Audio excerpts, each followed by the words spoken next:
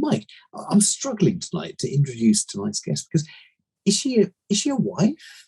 Is she a mother? Is she a scoutmaster? Is she a veterinary nurse? Is she a BVNA Regional Rep? What is she? I think she's all of those, but why don't we ask her? Let's get Carly Kilby in and ask her. Okay. Hi, I'm Mike Brampton. And my name is Julian Ho. Welcome to Veterinary Ramblings. We interrupt the show for an important announcement. Hi there, dedicated listeners. We just wanted to take a little time outside of the show as we got something very exciting to share with you. We have exclusive Veterinary Ramblings merchandise available now, including t-shirts, mugs, posters and prints. Now, personally, I think my favourite is our t-shirt with a hilarious diagram of cat anatomy, which has been revised to include their sandpaper tongue and treat-detecting ears. And essential for all veterinary students. If you would like to show your support for the show, head over to veterinaryramblings.com and select either the merch button for a one-off purchase through our T-Mill store or select Become a Patron. I'm sure you'll be absolutely chuffed to know that everything in our T-Mill store is fully sustainable, carbon neutral and shipped in plastic-free packaging. By making a one-off purchase, you will help us to plant more trees, save water and reduce carbon emissions. If you want to further support us, become a Patreon and receive items you cannot get through one-off purchasing, a shout out on the show, and exclusive Veterinary Ramblings content. Every single purchase made will really help us keep on interviewing amazing guests. But if nothing else, we do appreciate you tuning in. Now, on with the show. Hello. Oh, hello. Hello, Carly. Great to see you. Thanks for having me. You're very welcome. Very welcome. Carly, anyway, yeah. We're desperate to know, so would you please tell us, Mike, do you want to ask the question? Oh, what the question? Yeah. What the ultimate question? I think, shall we? Is it too early? My word, but we barely know Carly, but I think I'll ask the question. And in that case, if you want me to ask the question. I think we should. Carly, I apologise if it's too early to ask you this sort of question. We've barely met you. We'll dive straight in. Barely met you, and we're just going straight in with this. There's no warm-up or anything like that, is there? Really. Carly, what most of our listeners will really want to know, knowing that you're on the show, is what is your favourite bread? White. Right. Okay. Yep. A thick sliced white bread. Oh, okay. Right.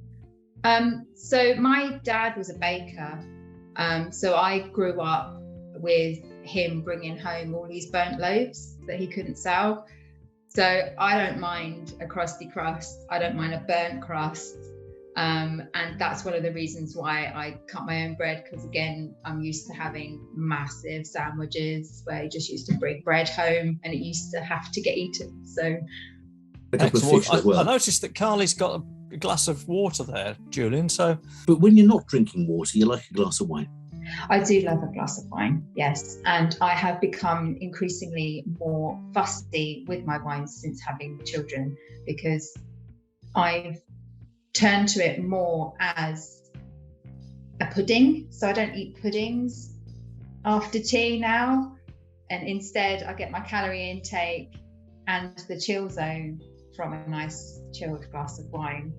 What, a little sauterne or something, or a Hungarian Tokaj? Oh, no. We're talking like a Spanish or a Portuguese vintage, whatever. You know, you're talking like £10-11 a bottle of wine. You know. Oh, that's all right. That's reasonable. A nice robust.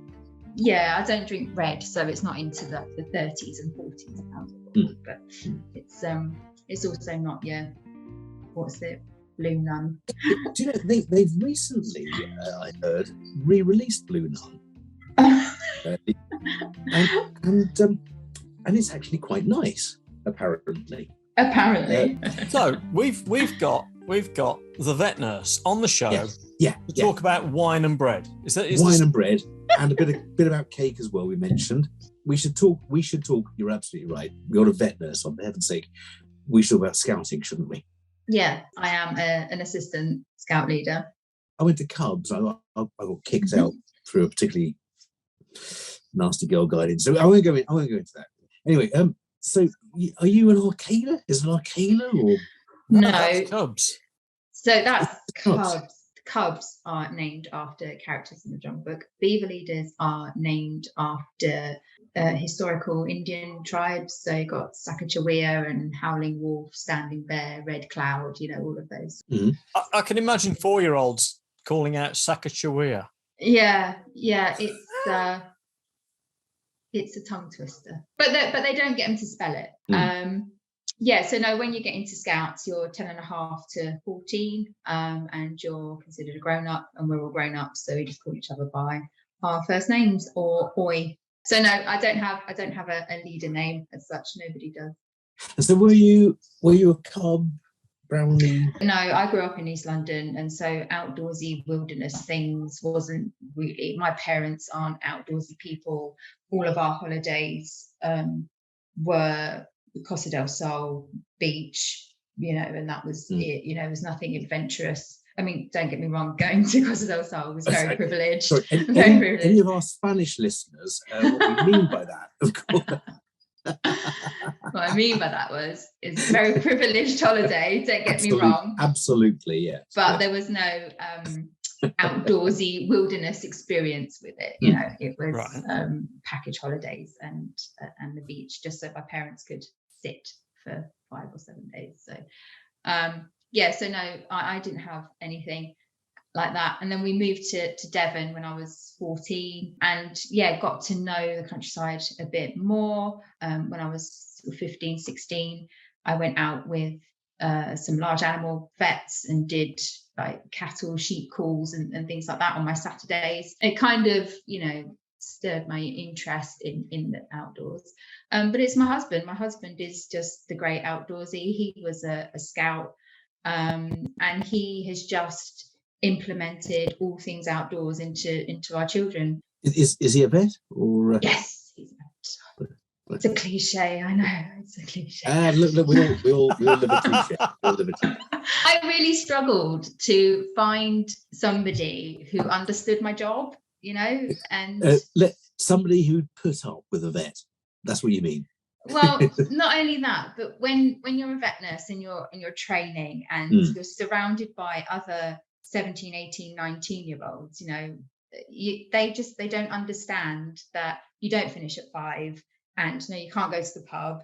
And yes, I know I said I could go to the pub, but now I can't go to the pub, and it's that kind of constantly letting people down all the time. So to find somebody that understood, we were on call together. So Saturday nights were, elbows deep in a GDV or.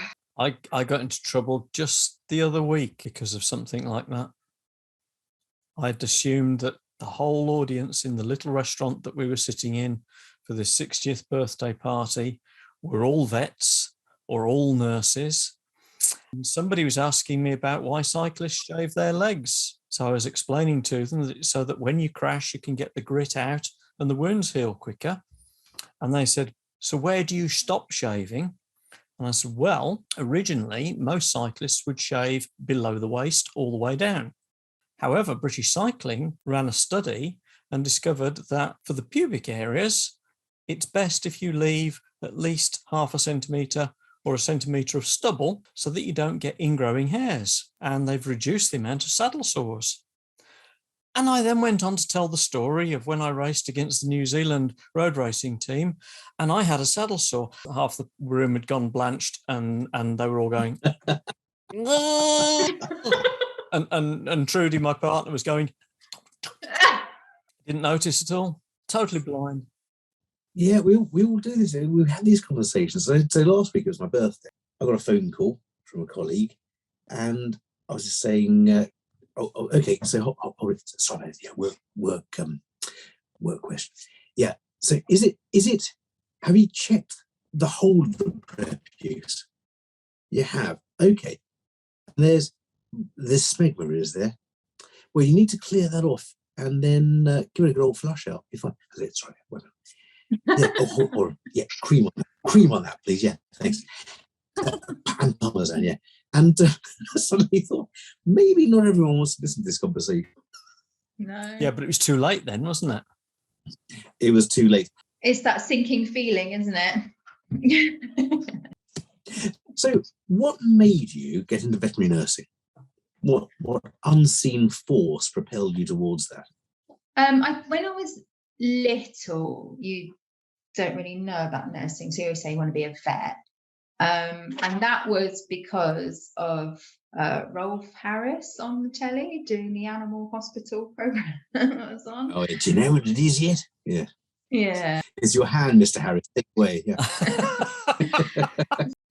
So yeah, so I always said I wanted to be a vet. And then when I got into my teenage years, started doing work experience and things, I was in the consult rooms with the vets and actually thought, this is really boring because you're just saying the same thing over and over again and nobody's really listening to you. And I went out the back and I saw all these people in green uniform running around like headless chickens, covered in all sorts of fluff and bodily fluids and whatever. And I thought, this is it. I want to be one of these green people. What are these green people doing? I was following them around and, they were playing with drips and taking dogs for walks and restraining for ultrasounds and positioning and cleaning kits. And I was just like, oh, yes, this is what I want to do. So it was at that point that I started doing more work experience after school and on Saturday mornings, and haven't done anything else since. I don't know what else I would do. It's one of those very strange scenarios where you did get asked, don't you? If you weren't a vet, what else would you do? Oh, good question. Hey, Carly, if you weren't a vet nurse, what else would you do? I'd be a bum, I think, because I just don't know what else I would do. I like teaching. I like watching people grow. I like sharing skills and knowledge, and I like that aspect of it a bit more. So I mean, I might branch out, but it'd still totally be within the industry. I don't think I'd ever leave it. And it's been weird, like, because I've been doing it for 20 years now, and watching progression within medicine, the veterinary medicine generally, and the skills and development of the role of the veterinary nurse. It's just been amazing, and I've been a part of that, and I've been bimbling along, being a part of it, not being aware of it until you reflect and go, and you end up saying that thing, well, in my day, we used to do this. And like, God, how old am I? A lot younger than we are. Yeah. So you're already saying, I remember in my day then. Do you ever catch yourself saying something to your kids and you think, oh my God, that was my mum speaking? Oh, it's that. Don't sit too close to your screen because you get square eyes. What is that? Kind of brought them up a bit sciencey, I suppose, on that bias. So when you say you get square eyes, they're like, what? How does that work? Yeah. But when I was a kid, oh my God, get square eyes. That was it. I quite liked the thought of square eyes, so I sat even closer. So close you could see the individual dots on the cathode ray screen. It was brilliant. Immediately, half our listeners are thinking, what's the cathode ray screen? Yeah. Well, it's when you turn the telly off and the dot was still there. And how many times did you wake up in the middle of the night, go to beep? To the test card? Yes, this station has top transmissions. So let me ask you this then, Carly. In the 20 years that you've been doing this, and you started back in the day, and so you've been involved in the profession, and you've watched it evolving. So is it going in the right direction? Yeah. I mean, I'm very biased because I'm obviously a veterinary nurse, so I am more focused on that side of things. I think the role of the veterinary nurse has improved and developed, and it's nice to see it as an actual career move now, and a career move with several pathways. So if you are more academically inclined, you can go down the degree route. If you are more practical minded, you can go down the MVQ route, and just to have those and to have it more accessible for all as well. You know, that you're not, there aren't any barriers when it comes to getting into the profession. So you can start as a animal care assistant, or, you know, I come across a few receptionists that are looking into going into animal care and then going into veterinary nursing. So even that, you know, they're in that reception role and they're getting a little taste of it, and they're thinking, yeah, I could see myself doing this as well. So do you think it would ultimately end up as the perfect career and profession? Do you see the way it's going is? No. Does that exist? The perfect career? I mean, I'm in a position at the moment where I love going to work. That's a veterinary podcast. It seems to be pretty perfect. I don't know about you, Mike. Well, do carry on. I've got an interview as a hammock tester in the South Sea Islands next week. Wow. Yeah, that appears to me to be probably close to the perfect profession. Backache though, because you don't have any support. No, you do have support in the hammock. Yeah. Do you? You're not like this. Oh yeah. Like No. You're using a hammock all wrong. Oh, am I? Yeah. Obviously. Oh, yeah. Wonderful back and neck support in the hammock. And you can rock it. Okay. Nice. Side to side. Brilliant. Hang on. So, Carly, would you encourage your children to go into the veterinary profession? No. Ah, okay. Now, you didn't need to think about that, did you? So why is that? Because I don't think they have the right personality for it. So my youngest, she's very gushy and she's very emotionally involved when it comes to creatures. Her idol is Jane Goodall. I mean, she absolutely idolizes Jane Goodall and the whole chimpanzee movement. She loves sloths. She's seen the devastation of rainforests and what that's doing to sloths and to orangutans and all that sort of thing. And she just gets so worked up about it. And she's 9, you know, and you think, gosh, is that much impact? And that's just visual stuff. She hasn't been there to actually see it. So so she needs to go into conservation and to be there and to do it. You know, that's kind of what she's got in her head, that so she will be in the animal industry, definitely. Whether she does a vet nurse or a vet degree and then branches out and does that sort of kind of conservation, maybe. I was going to say, you don't think vets and vet nurses have a role to play in conservation? Oh no, they absolutely do. Yeah. So whether that would be a route into it, but it'd be a shame to go through the veterinary or vet nurse degree line for 5-6 years and then to come out of industry to go into something like that. If there's another route, you know, because it just seems a bit of a waste of brain cells if you're learning about colic in horses and things, if you want to go and play with sloths in the Amazon or wherever they are. I think you can never waste brain cells that way, but I see what you mean. I think I understand. And it's interesting that she is so compassionate and empathic. I think it's brilliant. Really good. Oh, she's first to tell you to recycle your bottle. So my youngest similarly is very impassioned with environment, which comes partly from myself and my wife, partly from the teachers that she's had who are very driven.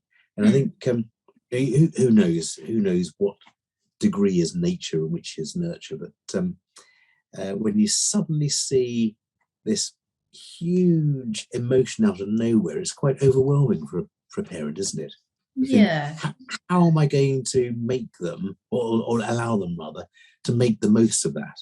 Yeah, it's definitely trying to channel the emotional side, and getting her to be more head rather than heart, you know, and just trying to get her to focus on it a bit more. She does have a couple of friends that do like wildlife and have favorite animals, and they do talk about animals and stuff like that. So that helps. But her passion is really can get a bit overwhelming as a parent sometimes.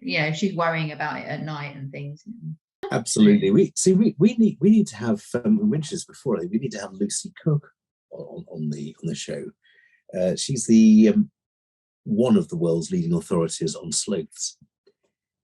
And she's again not a vet, she's a zoologist and a naturalist, but she has written quite a few seminal papers on sloth digestion. Yeah. Things. And so, to do that, clearly she didn't need to go down the veterinary route, or the vet nursing route. And of course, the greatest naturalist in the world didn't do a degree in zoology, did he? Or Ricky Attenborough. But again, that was just his compassion and interest, wasn't it? It was his. Yeah, well, I think the BBC sort of pushed him into it, and he suddenly thought, actually, I could probably enjoy this if I did it. Most of his competition got locked up, didn't they? Yeah. Did you see what I did there? Full circle. So how many kids have you got then, Carly? 2. So one's 12, one's 9. So what about the 12-year-old then? 12-year-old is very much into cats. She wants to run a cattery. She wants to be surrounded by cats and just live a life of cats. You're into cats, aren't you? Well, I did a certificate in feline nursing, but that was while I was on mat leave, and I felt like my brain was falling out of my ear. So I needed something to keep me mentally stimulated, to keep my CPD hours up, and something that wasn't child-based to think about. I really did feel like I was a zombie. So I needed a focus. And yeah, the ISFM, just provide all these amazing resources. So I thought, well, I've got the time. Let's do it. Are you the practice cat nurse or? No. So when I did that, I was at a neurology referral centre. So they mainly dealt with dogs and stuff. So that was another reason for doing it, because I was so out of touch with the feline side of things. I changed a lot of things in the house actually after doing that cert, was to, moving their food bowls and, all that sort of stuff, and try and make them happier cats. And I don't know if they were particularly grateful about it, but, and I do it in practice, and I love going into practice. I'm a locum, so I love going into practices and seeing what they have done, to be more cat friendly and those changes. So again, like in my day, cats and dogs were all in kennels together, and especially with neuters and things, they'd be in and out in 4 hours. They'd get so they'd just have a vet bed in the middle of their little kennel, and off they went again. They weren't offered water or food or somewhere to hide. It was literally conveyor belt, get them in, get them out. So seeing that progression has been, it's been amazing. It's nice to be a part of that, definitely. And what about other out of comfort zone things? Do you have? Yeah, well, that was where my scouting come into it, because I've always considered myself a bit of an introvert. Carly, I'm sorry, you're on Veterinary Ramblings. I know. What's interesting? I was going to try and explain myself, but I thought, I don't know how to get out of this now. Sorry. I'm not that person to put myself forward to do stuff in a public, If you said, right, we're coming to your house and we're going to do that, I would have had nightmares for days about it. So you haven't looked outside your window? There you are. There we are. And as a teenager, I found myself having to push myself to get into the veterinary field, because again, personality wise, if you don't ask, you don't get. It's so busy that you can get lost. So I had to be that person to constantly ask, is there anything I can do? What are you doing? Why is that? To be constantly asking questions. And I'd come home exhausted. After a day of work, now, because I am a locum, like constantly smiling and being that friendly, happy nurse all the time. I come home and I'm exhausted and I turn to wine. So Nothing wrong with that. Do you find working as a locum, that's pushing your comfort zone? Because absolutely, one week you're going to be working with people that you know, and if you've known for a long time, next week you might be working with a completely new crew. Yeah, exactly that. So there's that, and there's my scouting that I do on a Tuesday with a group that I know, and that we're relatively comfortable with, but they do look to me as a leader for guidance. So again, it's that stepping into a different role, putting a different head on, because you're not a parent and you're not a veterinary nurse and you're not talking to clients. You're talking to young people that want your help and want your guidance. So it's again a completely different mindset. And it's out of my comfort zone, definitely. So every day I do try and push myself. Which role do you prefer? Mother, vet nurse, the mentor? wine drinker. Wine drinker. Okay. Yeah. we're gonna have a chat about several steps after this. I like different aspects of all of it every day. And it doesn't matter what mood I'm in, doesn't matter what side of the bed that I got out of, I have to be those different people throughout the day. So, sometimes my children get it in the ear, sometimes my work colleagues get it in the ear, but I think, just trying to find that balance and make sure that nobody gets in the ear. Interesting, you didn't mention that your husband gets in the ear, and I'm sure he never does. I'm sure if we were to have him on, he'd say, no, I have never, ever got it in the ear from Carly. He's my absolute rock. He has been through thick and thin. I'm very appreciative of him. During my maternity leave, he was my bit of veterinary that I would feed. So he's a first opinion vet, so he spends all day talking to people that aren't listening to him. So for him to come home, he doesn't want to talk, he certainly doesn't want to talk about work. And it was when we started seeing each other, we never talked about work when we were at home. We took the dogs for a walk, we vented, and then that was it. We never talked about work. So for him to come home from work and then I'm saying, well, who did you see today? And what did you do about that? And he'd say, well, did this. And he's like, oh, well, what did you do with it? And what happened? Who were you working with? And then what happened? And it's like, oh. It's like, well, I need something in my life that isn't a child, and just hand the baby to him. Like, right, going for a run. What's his favourite bread? I mean, do you know that? He likes a white loaf as well. Well, there we go. Good. Yeah, good. And he's a bit more fussy with the crust, though. He likes a softer dough. He likes doughy bread. He likes hot bread as well. So I like hot bread. Yeah, hot bread and butter. Yeah, right. A doughy one. Now, so you get a doughier one if you don't do the first knockback. Well, I make pizza from scratch. So I make my own pizza dough. Yeah. And do you use fine or coarse semolina? I don't use semolina. I use. So you're going to use durum wheat for that, for a pizza, presumably. But I enrich. I get a durum wheat, but I enrich it with semolina and olive oil.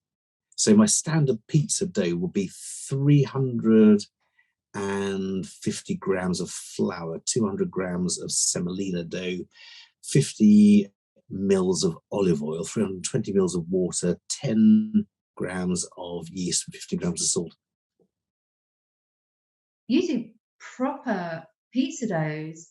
See, I get the 00 strong white flour, and a sachet, a 7-gram sachet of yeast, hot water. Try it next time by adding between 20 and 40 grams of fine or coarse semolina. Okay. Dried semolina. Okay. Trust me on this. Excuse me. Sorry. Is this Veterinary Ramblings, or have I wandered onto MasterChef?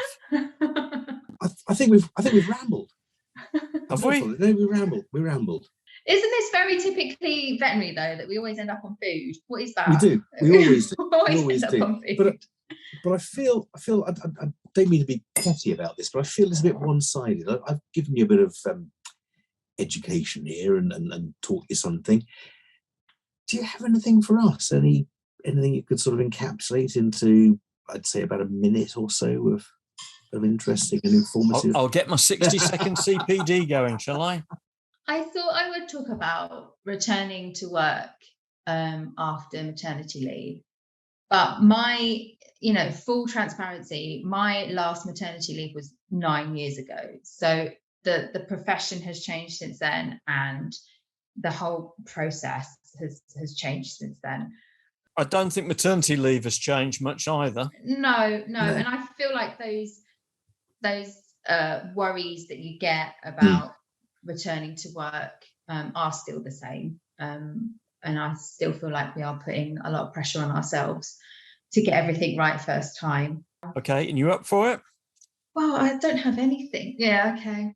Okay, so what are you going to do 60 seconds on? Bimbling back to work in a graceful fashion post-maternity.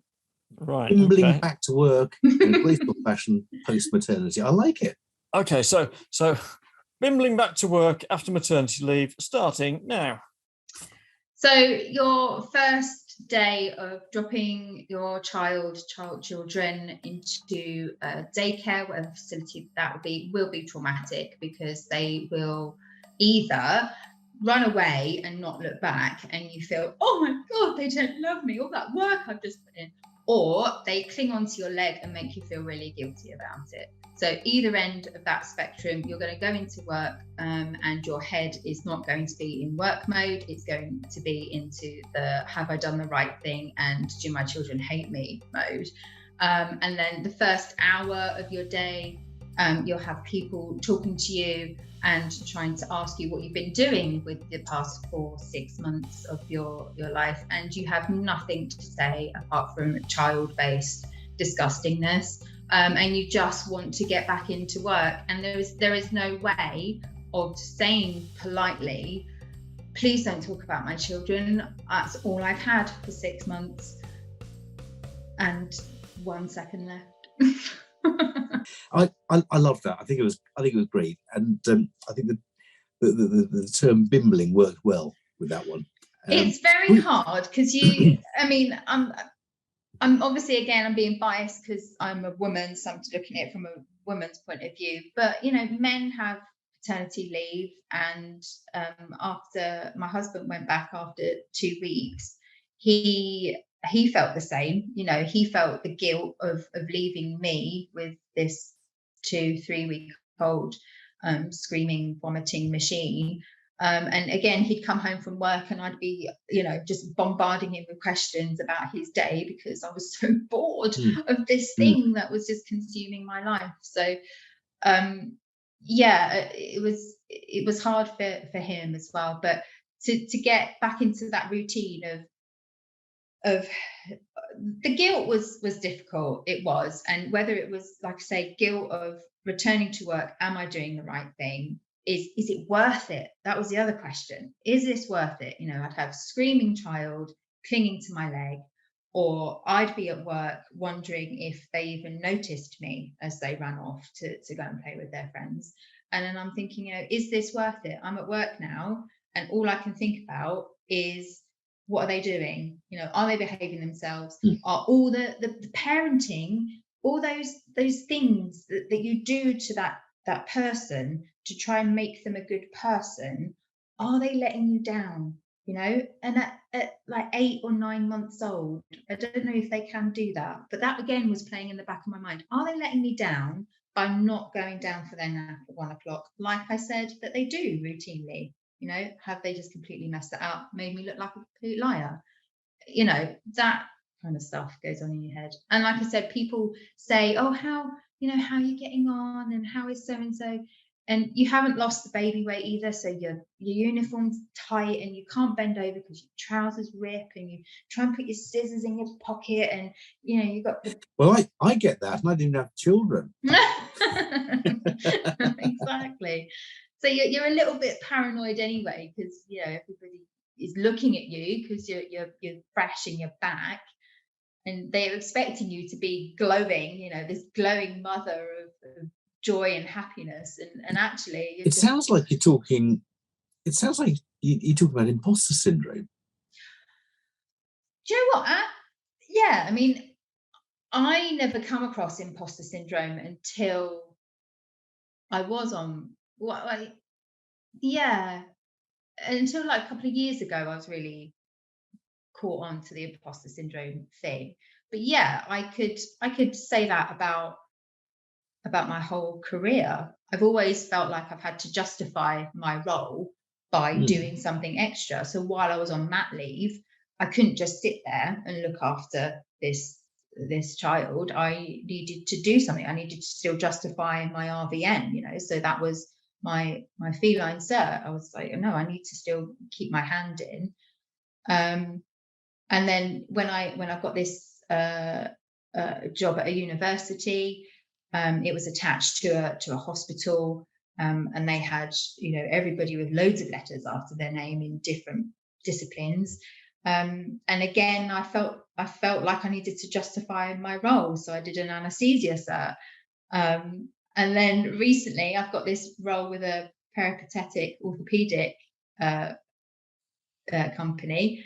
And again, I've just done my surgery cert because I feel like I should be justifying my role constantly. Having children and having that break, that 6-month break, it knocks you back because you feel like, well, I haven't done this, so I need to get back into it. I need to do it 100%. I need to be as good as I was when I left.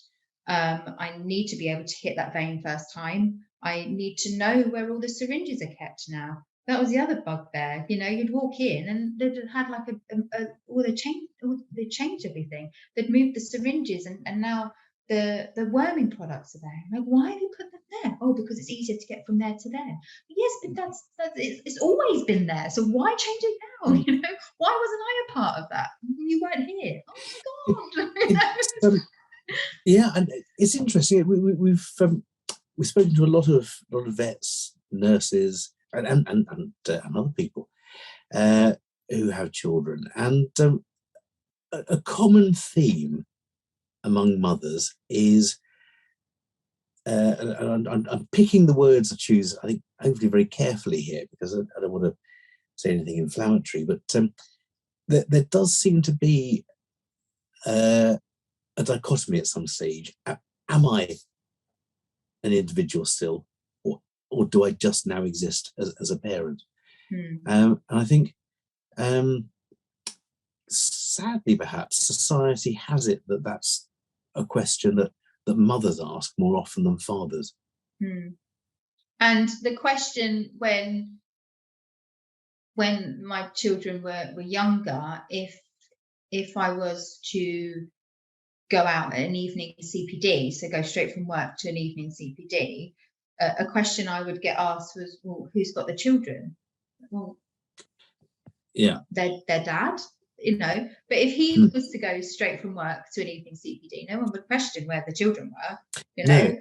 Why is it always up to me to know the exact location of my children when when there's another person involved? Which I do understand, you know, not everybody, you do get a lot of single parents, so that's a much harder balance to find. And oh my goodness, I absolutely doff my hat to these people that single parent and are in the veterinary industry. I mean, wow, that's a massive undertaking. Any industry, any job, being a single tool. Yeah, exactly. And being a parent who doesn't have the support of their partner, whatever the partner is.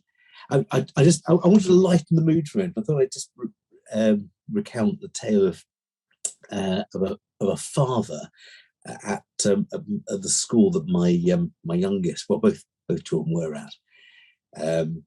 So this chap had they had 3 kids, and they were expecting the fourth. And I said, so, you got a baby due, is it next week? He said, yeah, it is, yeah.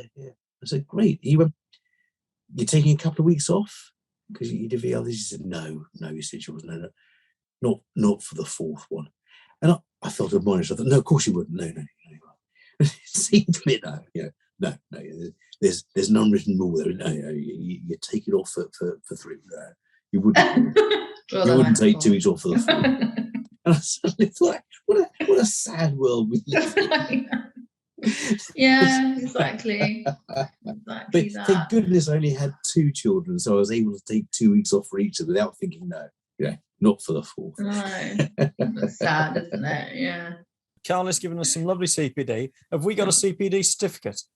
Do you know, by pure chance, we have. Oh, fantastic. And I've gone a little bit off menu with this one. So there we go.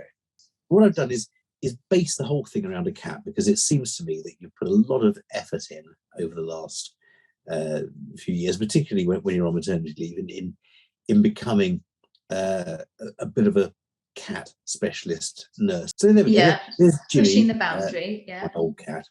Nice. Now, He's cute. Unfortunately, that's the only thing that's entirely relevant, because what I did was I put Baloo the bear and Arcada the wolf in, because I was convinced that the Scouts had that.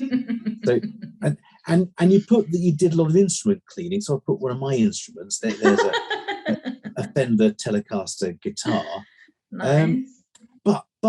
But you did say that you like beaches, so there's a picture of a beach, right? And you're in Devon, and there's St Michael's Mount, which now I recall is in Cornwall rather than Devon. Cornwall. So don't judge me too much, because the writing that you can't actually read because there's this cat in the way is quite important. It says certificate of, I've got to read this again, certificate of scouting for nurses. Nice. Now that doesn't sound good, actually. It doesn't. Right. I'm sorry. That's I feel fine. I've let you all down. And this certifies that we've all failed. And it says sometime. So we've all failed sometime, and given time, we'll all fail again. And it then says, learn from your mistakes and repeat them or not. Because you said in your little blurb to us that actually something about learning from mistakes. And I think it's a throwaway sentence. But I think actually we all do. We experiment with life. We push boundaries. We test boundaries. We do learn. Hopefully, we learn from didactic teaching. We learn from auditory and visual teaching in a positive way. But a lot of us learn by making mistakes, or by watching other people make mistakes, and that sort of learning should never be considered negative.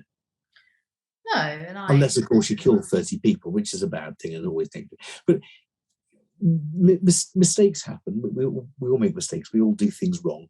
And unlike the late and great Peter Cook, who said, I learned from my mistakes and I could repeat them all at any time, hopefully we learn our mistakes and move on using those as the Julian, I think there's one lesson that you can learn from all of that bumbling. Yeah. And that is that you should be prepared. Again. Indeed. God, dear, oh dear. So when I talk to student vets and student nurses, and they express a worry in a certain subject or a practical that they're going to start undertaking, or even if they're looking to the future and they're looking into what they want to do once they get their qualification, this is my advice, which is worth as much as your certificate probably, but more everything a lot more, I hope. But I always say try everything 3 times, because the first time you try it, you'll hate it because you don't know what you're doing and you'll be overwhelmed. The second time you try it, it will be more familiar, and and you will find a groove within it. And then the third time you try it, you will witness the first timers and you can impart your advice, and that makes you more confident in that thing that you were worried about in the first place. So if after 3 attempts of trying it's still not yours, then fine, move on. Now it's all good. I mean, we've done our CPD and we've got a sort of certificate. Kind of, yeah, quasi. But Not we the are best, told, not the worst, not the worst. We are told, and I don't know how Carly's going to pull this one off, because we've talked about all sorts of weird and wonderful things tonight. So possibly the reflection question may not reflect what we've learnt about. However, any reflection is good. Do you have a reflection question for our listeners, Carly? So my reflection question was something along the lines of, if your children knew how much effort and emotional strain you were under to carry on as the vet nurse, insert your name, the vet nurse, rather than your name, mummy, do you think they would understand why you missed sports day or why you missed the Christmas play?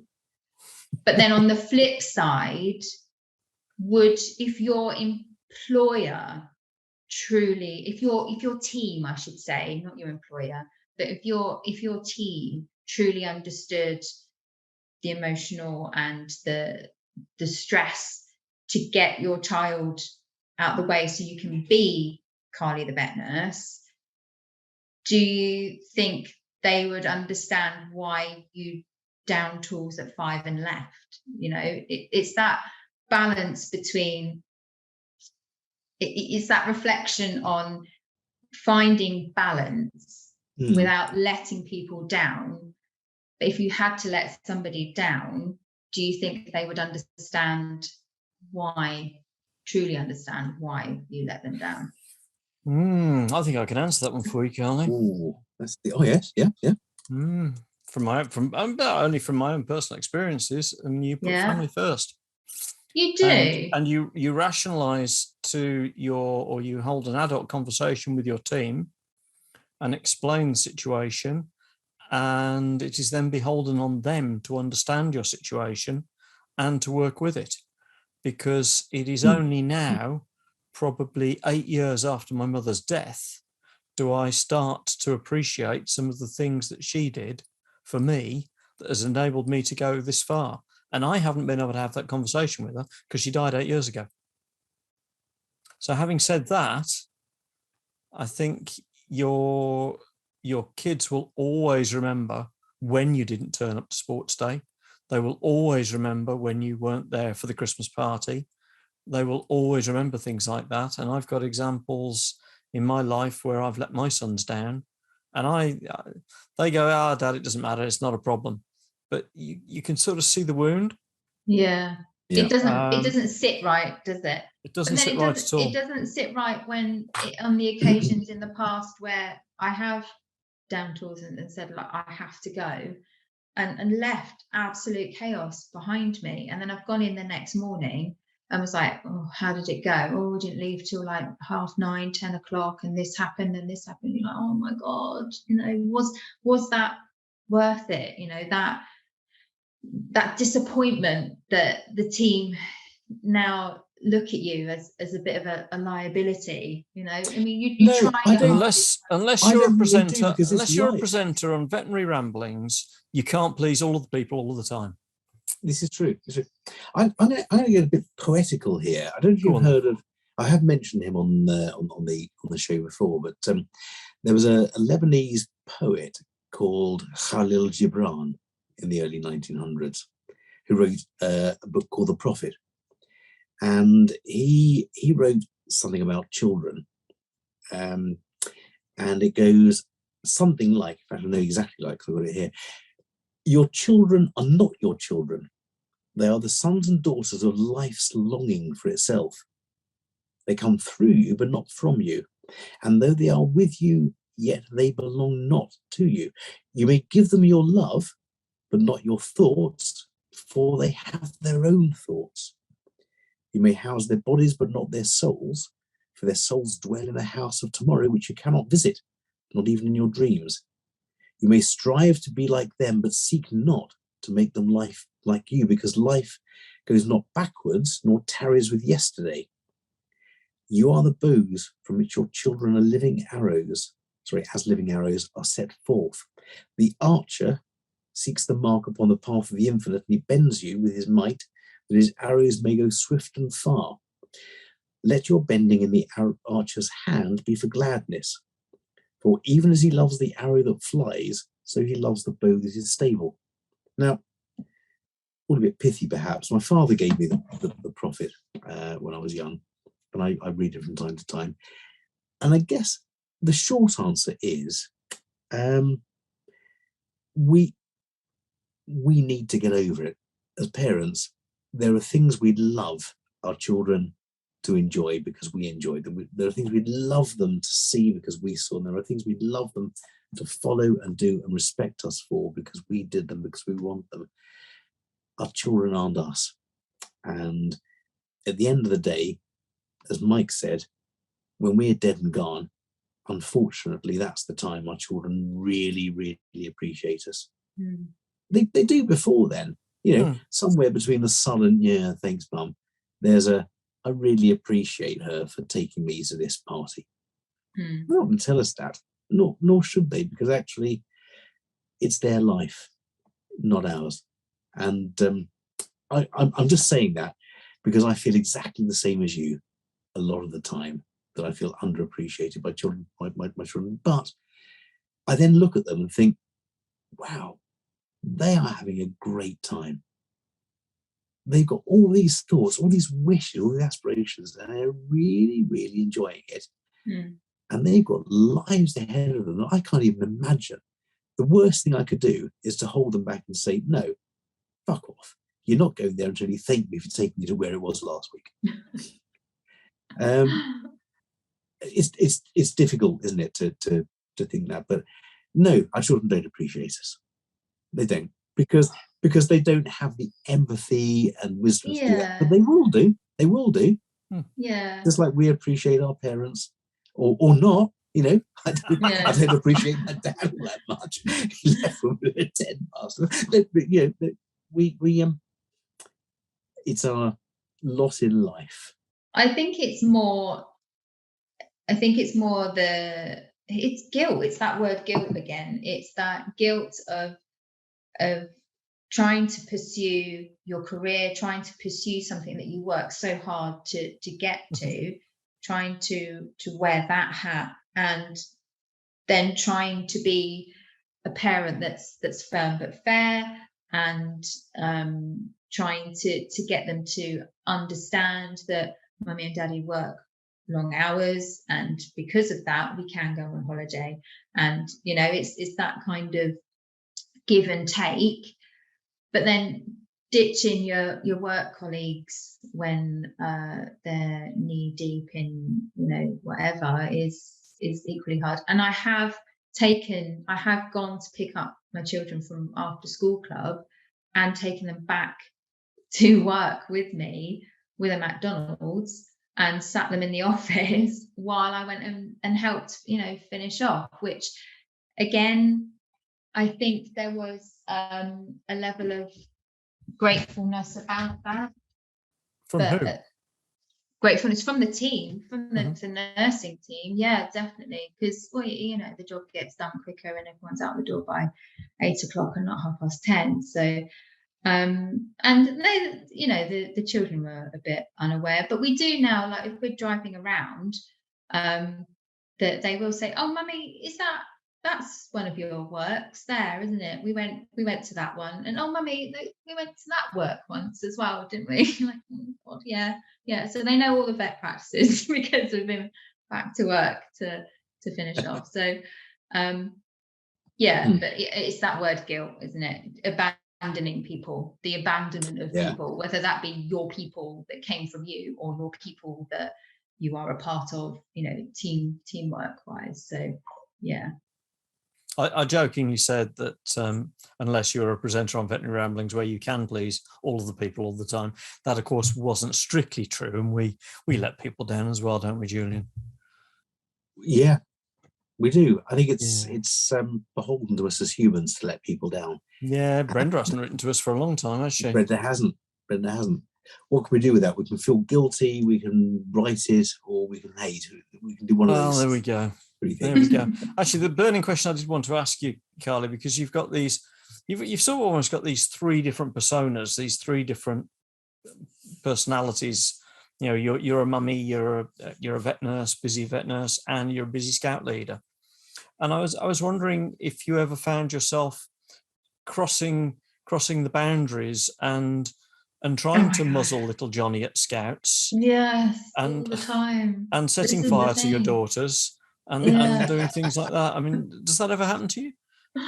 Yeah, it does, because the organizational time frames of your busy work day is a reflection at home. You know, if we've got after school activities to get to, then it's a case of constantly clock watching to make sure we're out at this time, tidy up after yourself so you're not leaving chaos behind you, so that I try to be more relaxed at Scouts, but when you've got 20 young people that are all trying to light a fire, there is an element of control that needs to be had. So again, you do find yourself just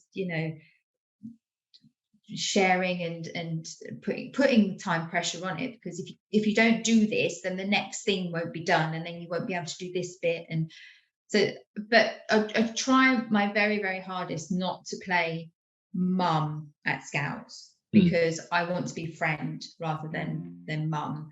So I have caught myself a couple of times if someone says, Carly, and I go, yes, dear. And like, no, it's mate, or yes, Johnny, try not to say love, darling, it's like, no, you're not mum, you're friend.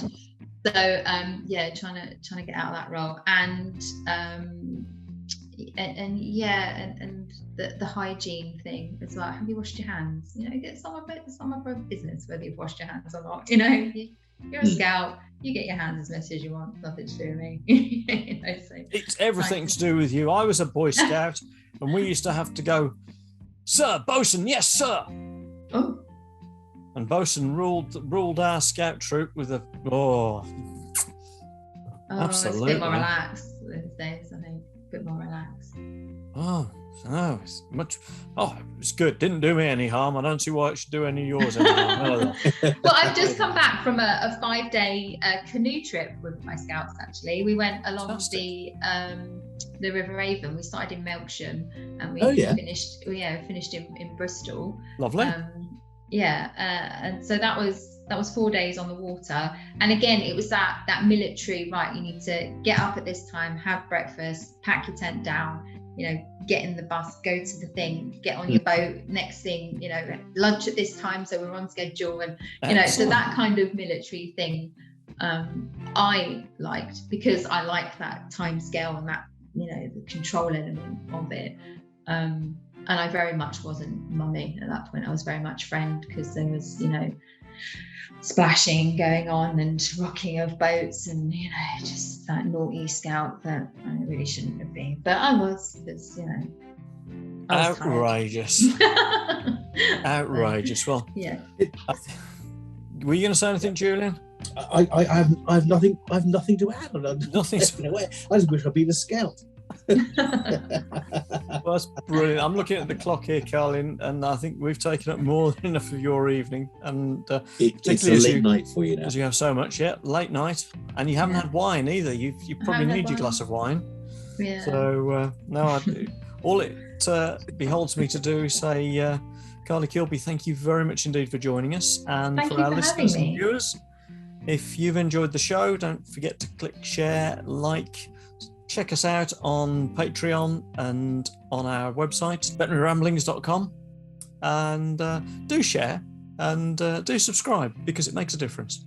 So with that, Carly, may your dog go with you. Thanks for having me. May your Very dog go with you. welcome. May your dog go with you.